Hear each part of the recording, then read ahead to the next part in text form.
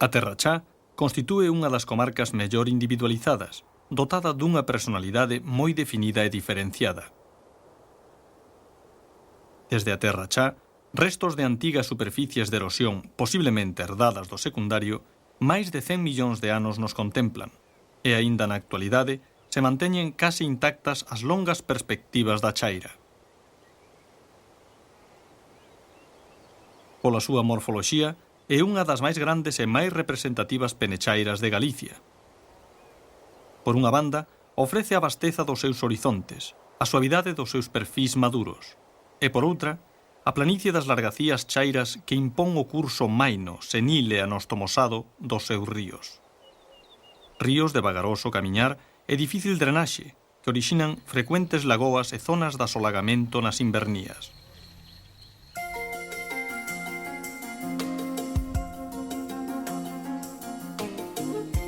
Trátase, pois, dunha penechaira que se afunde a medida que se erguen os bloques marxinais que a limitan. Polo leste, fórmase unha flexión que se traduce na elevación da Serra de Meira.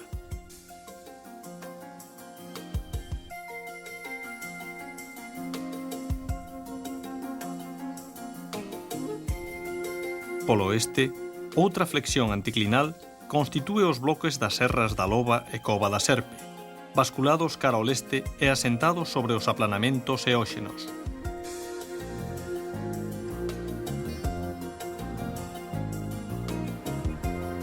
No sector norte, o contraste é máis brusco, axudado por unha serie de fallas importantes que dende a Carva alcanzan a zona de Roupar e as Pontes. Temos deste xeito unha ampla depresión formada por mecanismos complexos de flexión e fractura. Os tipos de rochas presentan condicións moi variadas, agás as bandas calcarias que percorren toda a zona oriental deixando claros testemuños de karstificación, como a dolina de Paraxes, e tamén mostras de terras rosas e abondosos afloramentos de auga.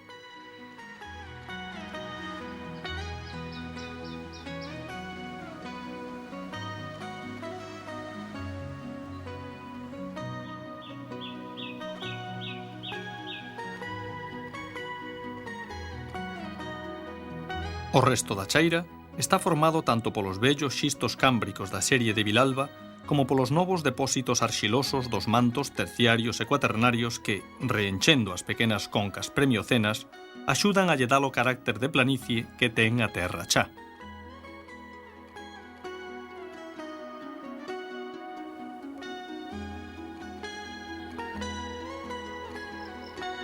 Os granitos e granodioritas preséntanse en núcleos illados, especialmente no surleste, anticlinal de Guitiriz, e no sur, Monte da Pena, onde o arrefriado rápido das granodioritas orixinou superficies de discontinuidade.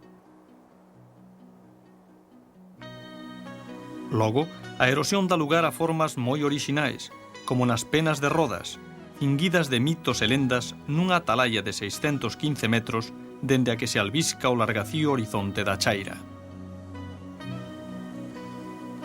A Terra Chá queda deste xeito como unha zona depresionaria algo illada das influencias mariñas polos montes que a rodean e que lle dan un forte grao de continentalidade tanto térmica como pluviométrica. A rigorosidade dun clima subcontinental somete á chaira a certos rigores térmicos, obtendo uns 8 grados de media nos meses invernais e o risco de xeadas que poden alcanzar ata ben entrada a primavera.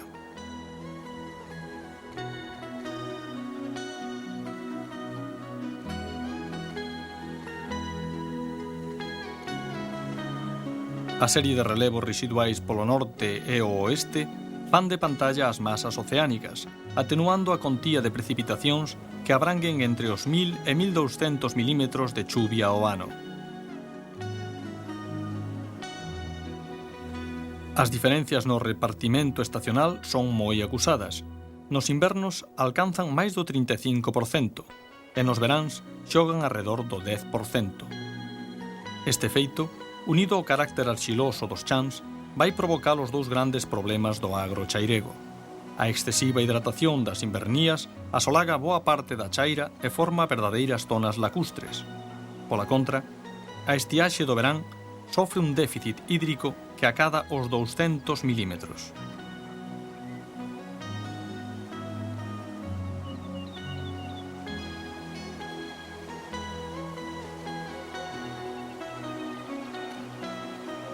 A conxunción dos devanditos factores dá lugar aos tipos de vexetación baseados en formacións caducifolias de tipo atlántico, tanto nos pequenos rodais de carballeiras como nos outos de castiñeiros, que recúan ante a invasión, ás veces desmedida, dos piñeirais.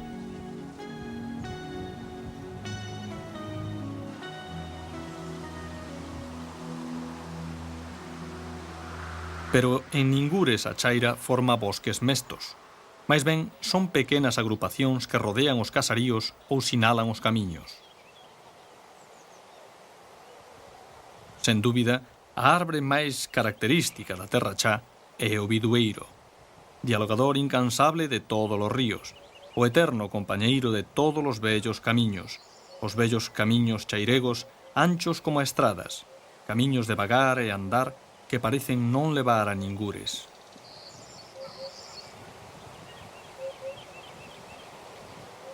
En constante alternancia paisaxística destas formacións arbóreas, temos as landas, sempre cubertas de uces de ton rosados, codesos amarelos, piornos multicolores.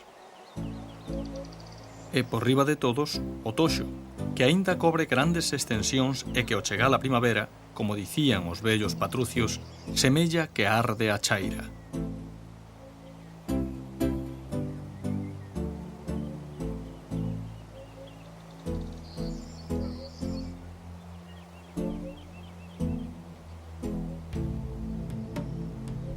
Sobre este escenario actúa o home, que é tamén protagonista da paisaxe. A estructura agraria que sinala a relación terra-home e que se reflicte nas súas paisaxes estáse, nestes momentos, operando un cambio sustancial.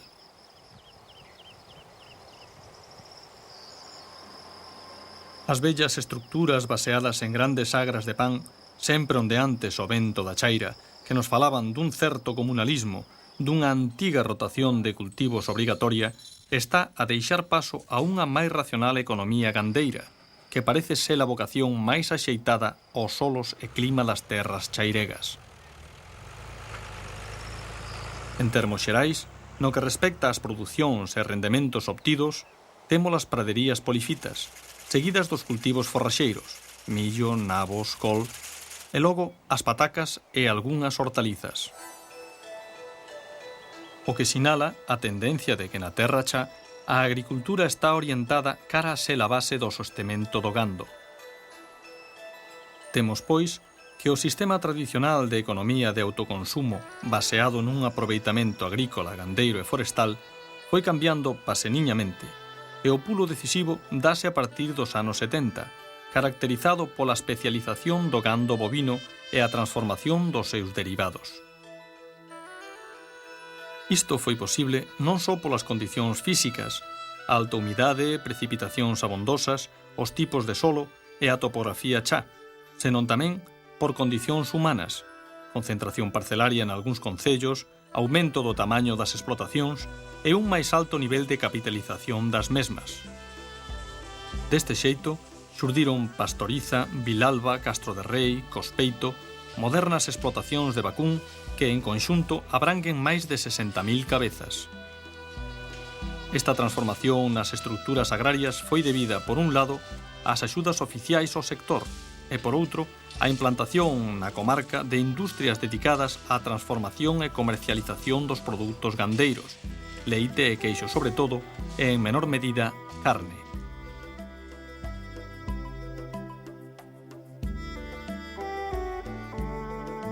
Tamén dende o punto de vista dos asentamentos humanos, a Terra Chá presenta algúns aspectos diferenciadores. Se a característica xeral do hábitat galego é a dispersión, na chaira atopamos os seus matices máis acusados. O número de parroquias por concello e de aldeas por parroquia está por riba da media galega. Na Terra Chá, unha aldea aquí, outra acolá, din os poetas. A poboación distribúese en pequenas aldeas de 30 habitantes de media, espallándose por todo o territorio de forma continua e homoxénea. Máis que noutras comarcas galegas, pódese aquí falar dun hábitat diseminado pola presencia case constante de granxas illadas que colonizan todo o espacio, de tal xeito que o viaxeiro que atravese en calquera dirección advertirá a presencia dun país intensamente humanizado. En todas as partes, a man do home deixou a súa pegada na paisaxe. A Chaira é un país de labregos. Non ten cidades e as vilas son de pequena entidade.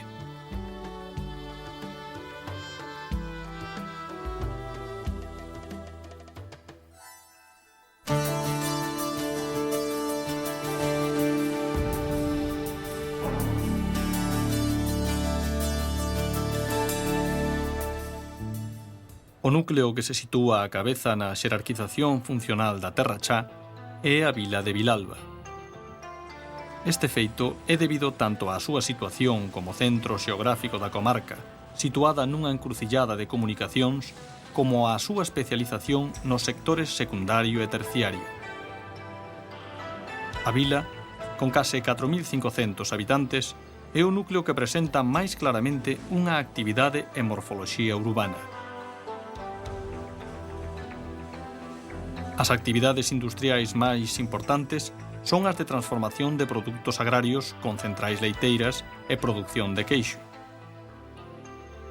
Destaca pola súa zona o queixo de San Simón, que se elabora nas parroquias de San Simón da Costa, Vilapedre, Lanzós e Samarugo. Son pezas de forma cónica, de codia dura e brillante, afumada con madeiras de bidueiro, de textura cremosa e sabor lixeiramente acedo.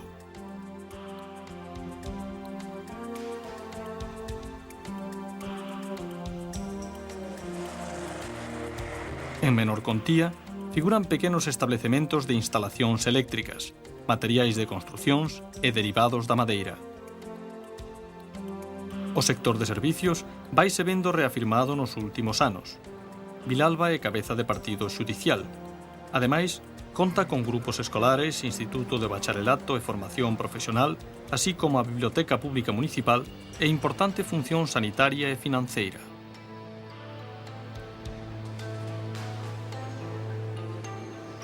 O subsector do ocio é un dos máis desenvolvidos debido a que a vila se sitúa nun punto de enlace e parada de turismo que entra e sae de Galicia polo norte. Destaca o Parador Nacional, instalado na antiga Torre dos Andrade, do século XIII, e outros establecementos de bo equipamento. A oferta de hospedaxe complétase non só coa da restauración, senón tamén pola existencia de sociedades deportivas e fermosos lugares de lecer nas ribeiras do río Madalena e na Lagoa do Alligal, a máis de abondosas riquezas de testemuños arqueolóxicos nos seus arredores.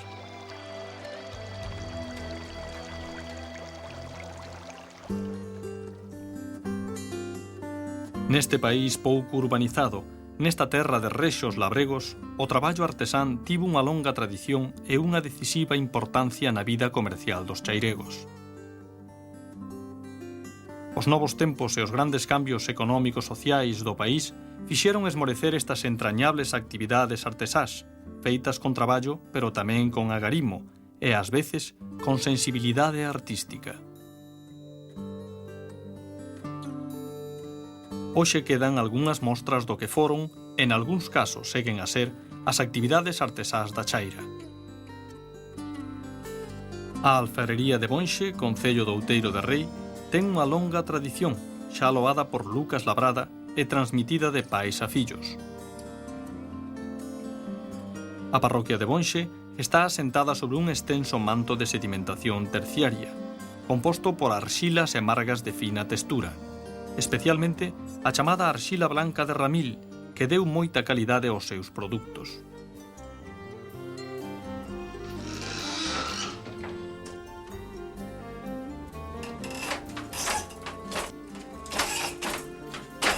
Tamén a Terra Chá foi terra de liño, e as tecelás chairegas tiveron moita sona en Lugo pola calidade, feitura e vistosidade dos seus tecidos. A tecelá de Valmonte, concello de Castro de Rei, é un exemplo de tesón, de bon facer e de fina sensibilidade artística a un oficio que esmorece despois dunha relevante tradición de moitos séculos.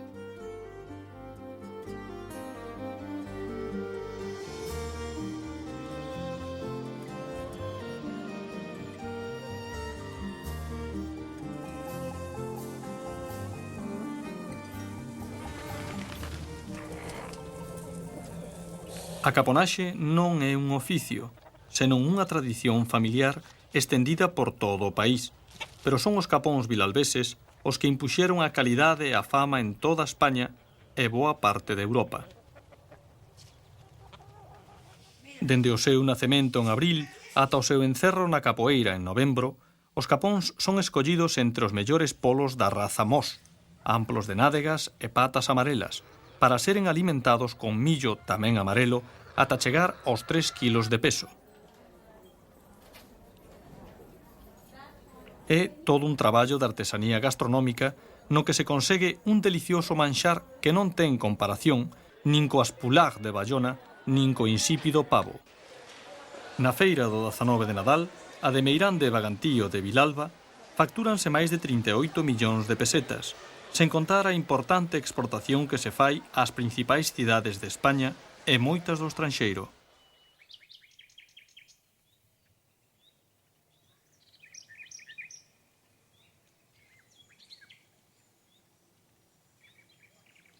A Chaira é o berce do río máis importante de Galicia, e toda a comarca non é senón a cabeceira dun gran abano hidrográfico. O río Miño nace na Serra de Meira, e a súa orixe está cinguida de mitos, lendas e problemas morfolóxicos que avivan e fermosean a súa nacencia.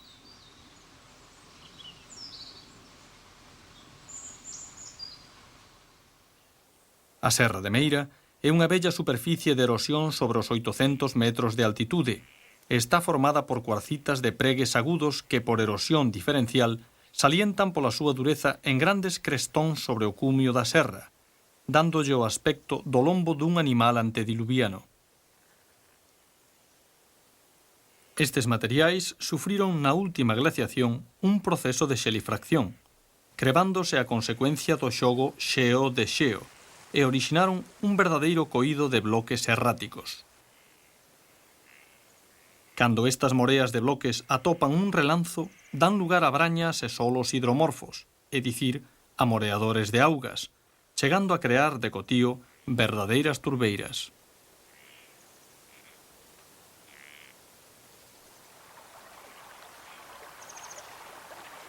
Neste lugar, coñecido co nome de Pedregal de Irima, xorde un manantial de constante caudal que podemos considerar a verdadeira fonte do río Miño. A mesma conciencia popular tan intuitiva dos ribeiráns así o cree, e localiza precisamente neste manantial a orixe do Miño, dando pé a unha lenda de resonancias bíblicas pola que se converteron en pedras os homes dunha raza maldita e pecadenta, agardando un renacemento coa purificación das xuvenís augas.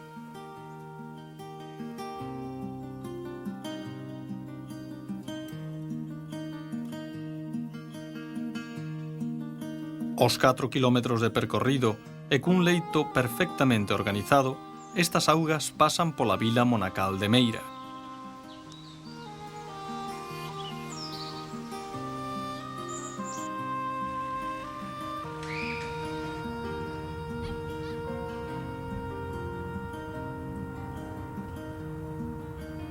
Meira, 900 habitantes, está presidida polo vello mosteiro de Santa María, xoia do románico dos séculos XI e XII, que aínda garda imaxes e altares de fermosa talla, obra do escultor Moure.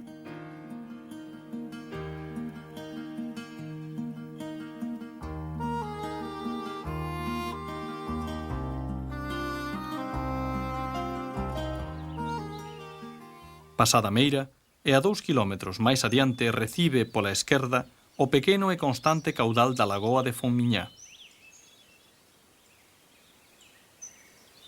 Ten esta lagoa unha extensión duns 3.500 metros cadrados e está rodeada de gran cantidade de ameneiros e bidueiros que lle dan á paisaxe un delicado matiz de suavidade e dozura.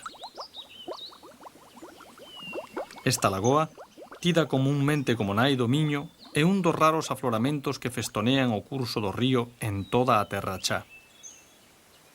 Trátase, sinxelamente, dunha surxencia caótica provocada pola existencia de dúas bandas calcarias que cruzan de norte a sur a zona de Fomiñá e que amosan sobre o terreo diferentes procesos de karstificación e afloramentos coñecidos co nome de illós.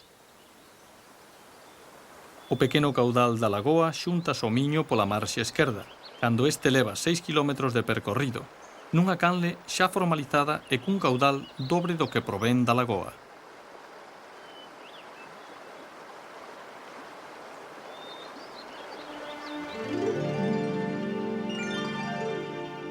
A partir deste lugar, o Miño atravesa toda a largacía chaira luguesa camiñando sobre dos seus propios aluvións.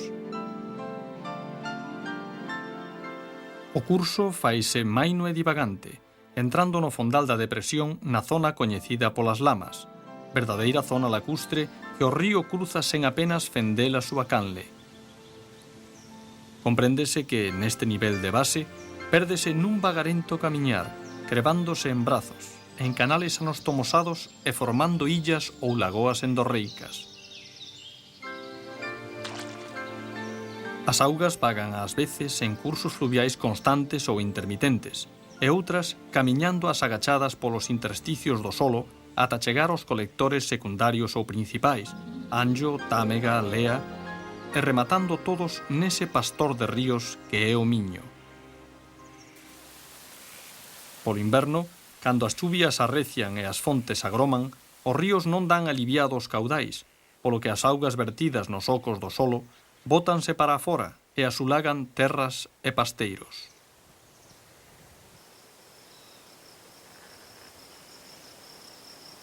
A lagoa de Cospeito é a máis importante testemuña dunha gran zona endorreica que abranguía todo o fondal da depresión chairega.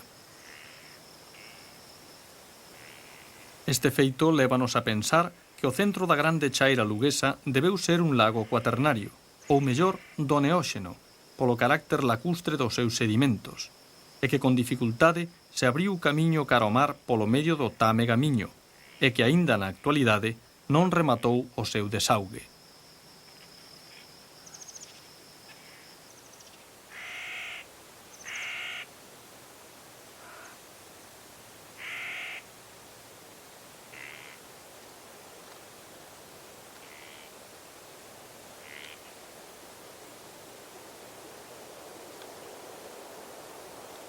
Fenómeno singular é esta lagoa, un dos grandes humidais de patrimonio natural que temos que conservar, e que aínda preserva unha reserva ecolóxica importante de aves migratorias. Entre elas salientamos garzas reais, cegoñas, cercetas, becadas. Tamén garda un contido etnolóxico de 1001 lendas e mitos ao redor da fantástica lagoa.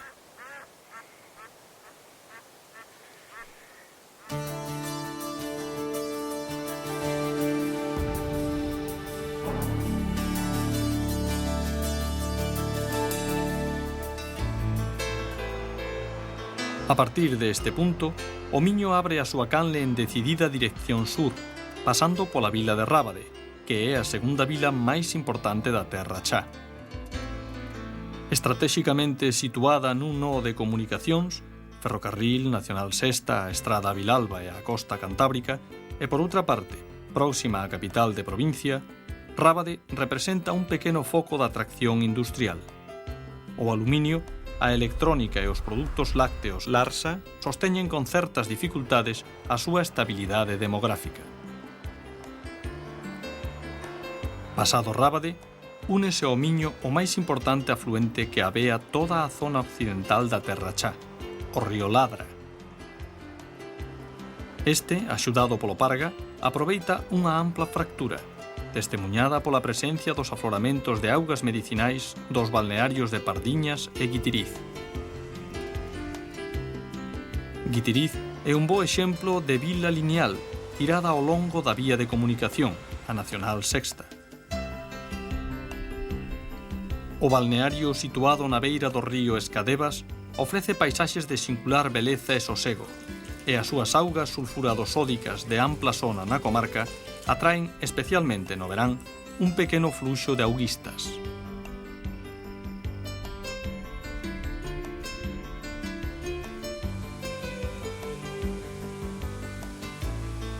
Unidos, os ríos Parga e Ladra atravesan mainamente as terras lamaguentas de Begonte, inzadas de illós e de pequenas lagoas que testemunhan un pasado lacustre aínda non ben drenado.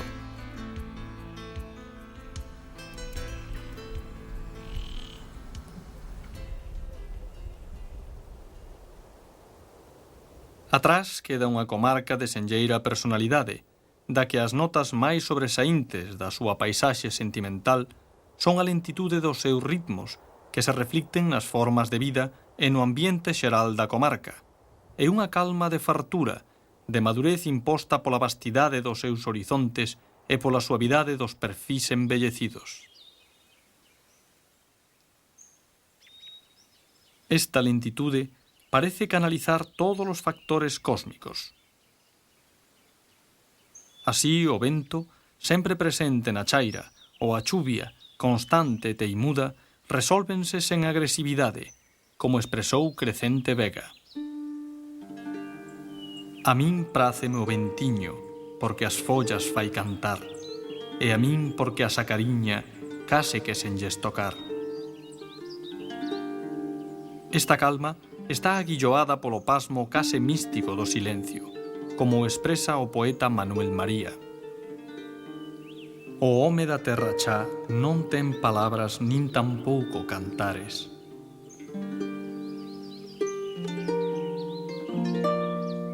Este silencio humano responde a un silencio ambiental, o constante murmurio dos bidueiros fertilizados por un aire suave e o balbordo brincador dos seus mil ríos amainan para non rachar o maxestoso silencio da chaira. Así o percibe o poeta. O miño, o lea ou a zúmara atravesan a chaira sen erguer a voz, nin pronunciar palabra.